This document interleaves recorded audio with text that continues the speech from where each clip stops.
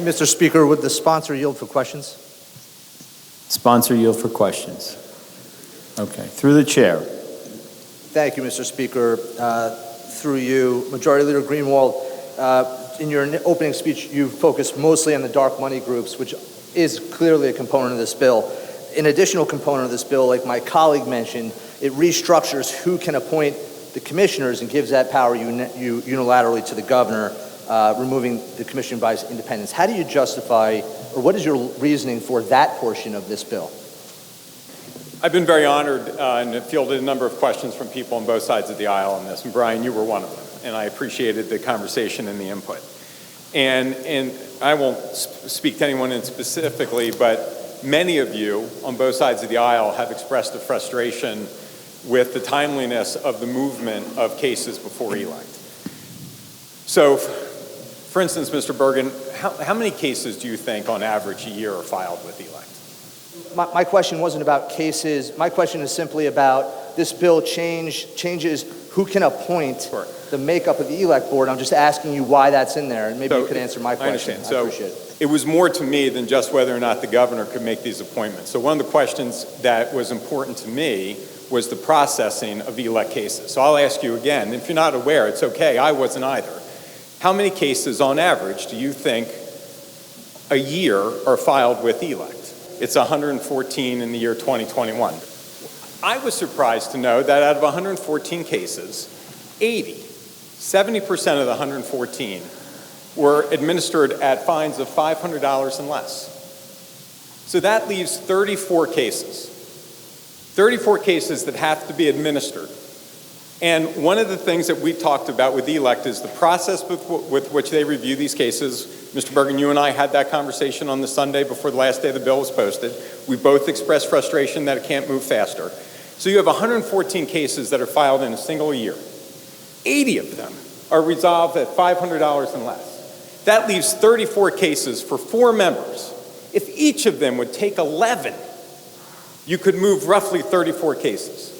Mr. Bergen, I think in all honesty, if you, John DeMayo, the Speaker, and myself looked at 34 cases, we would all take 11, be able to break them down, come together, and make a determination. Elect has failed to do that at its most basic sense.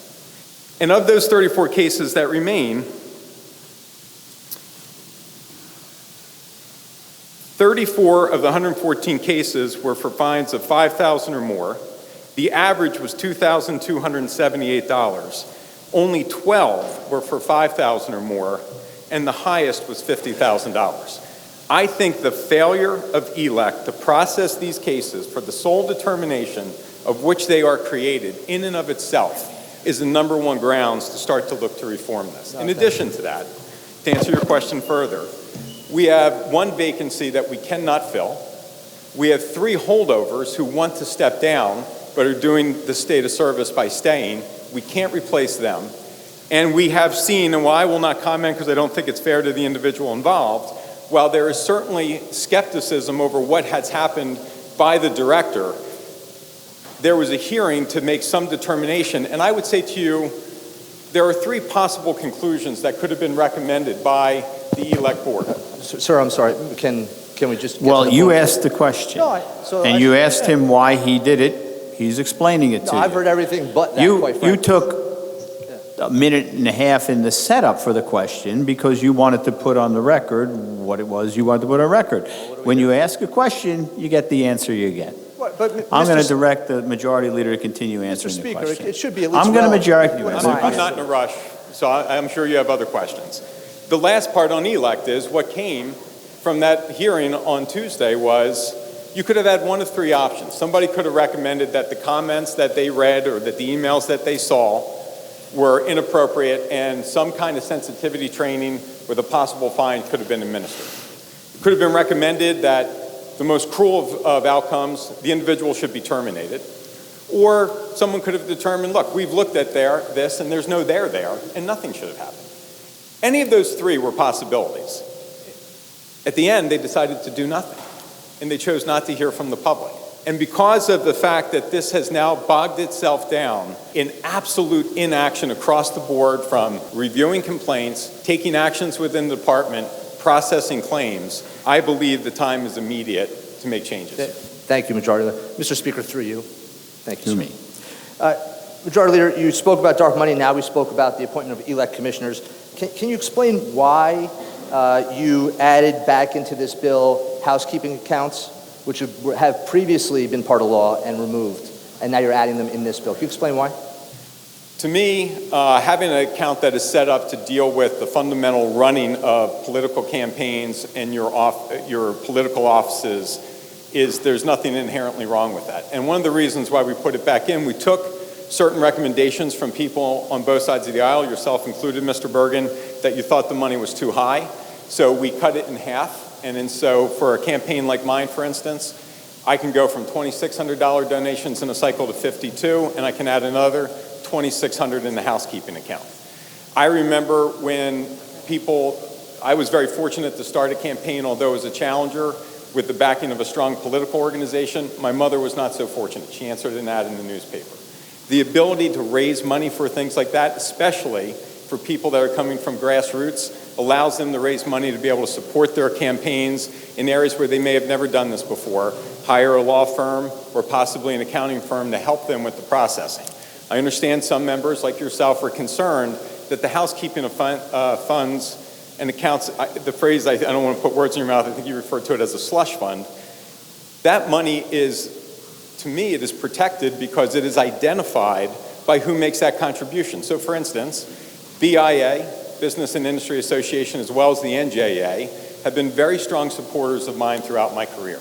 They've maxed out to me when I was running in my first campaign, all the way through to today. I list them, I identify them. It's very transparent. We haven't raised the limits in almost 20 years. I will identify them in my traditional way in my election fund account, and I will now, if they contribute and are so generous to do so, I would identify them in a housekeeping account. Everyone will know who has contributed to me, and I will be held to a standard and a responsibility to spend those monies properly. When this bill came before the Appropriations Committee, I had made a comment that the 10 people who were sitting at the dais that day had a sum total of $1.8 million collectively in our campaign accounts as of that day. What I didn't mention was that 70% of that money was made up by just 3 of the people sitting there. The bill that you have here today, by your math a minute ago, if somebody could donate $2,600 to you before, now they could donate $5,200 to you before, which is double, then add another $2,600 in a campaign, so basically adding 2/3 the time. With that many people among us having that much money, can you explain what the need to double contribution limits truly is? I don't think the problem is with the amount of money that people can contribute. We're all held to a standard of honor and ethics, and what we do with those campaign funds, many of us, John DeMeo, myself, the Speaker, and others, we raise money. I'm a very successful fundraiser, and we use that money to build a caucus that supports our initiatives, that supports the things that we want to champion. John is no different. He does the exact same thing. The question to me isn't the amount of money that you raise. The question is the disclosure of that money. So the limits have not been increased since now 18 years. I take some issue with my friend Hal Worth as the first clean elections candidate, and I think it's my history in this matters. I chose to walk away from this very type of fundraising that we're talking about.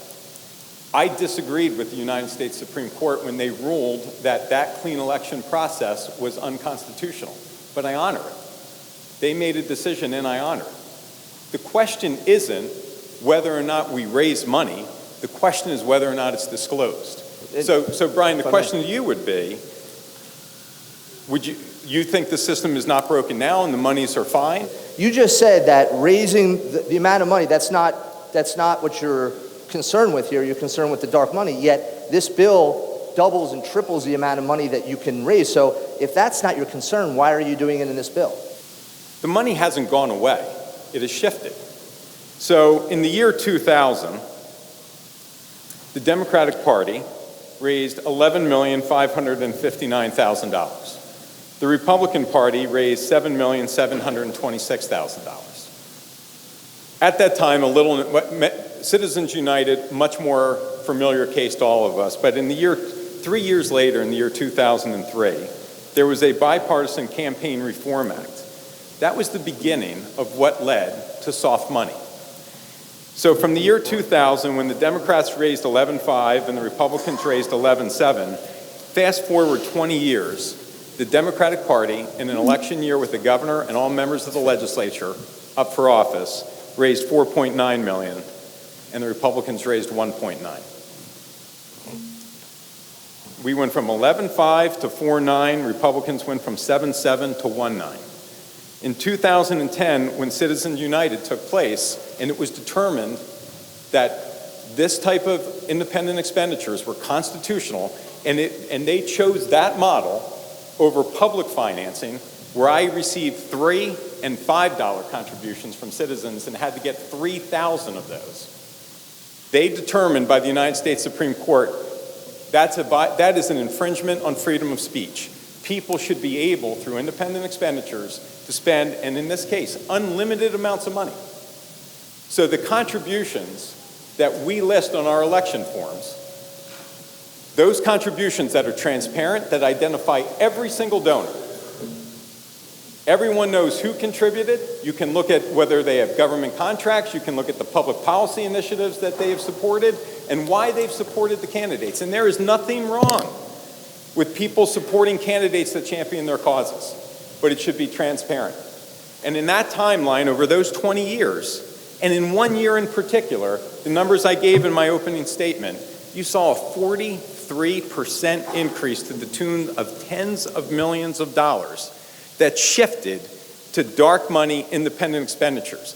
You can't tell me, and I can't tell you. The taxpayers don't know. The press doesn't know. The press that Mr. Worth talks about, who no one has supported, people that championed our causes when we did pay-to-play reform with Joe Roberts years ago, the people that said this is the right thing to do, you don't know who has made those donations. I believe that is wrong.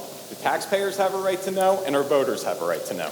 Mr. Speaker, the Majority Leader just hit a really interesting point that I think all of us should take away from here about how this type of regulation in the past was deemed an infringement on free speech. This bill, this nearly identical bill, was struck down before constitutionally. And this is a retread of that particular bill. And that same thing could potentially happen here. And this is the second time on the floor where I've told you a bill was unconstitutional. I was right the first time, and I believe I'll be right the second time. This bill will be deemed unconstitutional as it was previously, as the Majority Leader mentioned. The Majority Leader keeps going back to the dark money. I think a lot of us in this room would probably agree that dark money is not a great thing, and we want to see some transparency on that. But that is a sliver of this bill.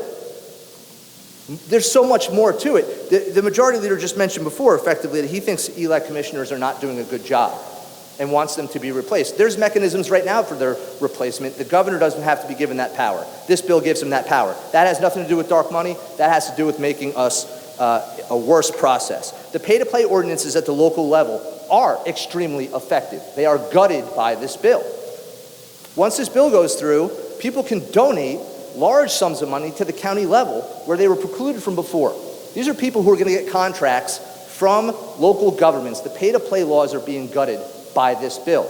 Has nothing to do with dark money. Again, the Majority Leader said that the contribution limits isn't the focus, but yet the contribution limits nearly triple.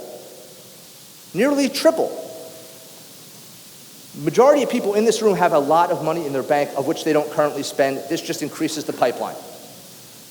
To his point earlier, it's not the point of the bill, but it's part of the bill, and it's a large part of the bill. And it allows people to buy more and more and more influence. It's very bad. The pay-to-play is bad. The housekeeping accounts are horrible. They were got rid of the first time, Mr. Speaker, because they were used in an illegal manner. That's the reason why they were stripped out the first time. This bill effectively rolls back years of progress against fighting corruption in our election system. All of it under the guise of going after dark money. If anybody can stand up and give me an honest to goodness, real direct argument as to how using the housekeeping accounts now will be different than before when they were corrupt, as to how letting the governor unilaterally pick elect commissioners is going to improve the quality of the elect board.